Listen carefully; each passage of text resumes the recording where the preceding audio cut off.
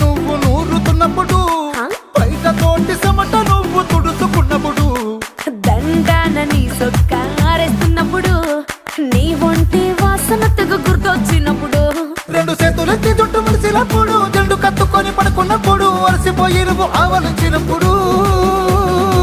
వచ్చుండై feelings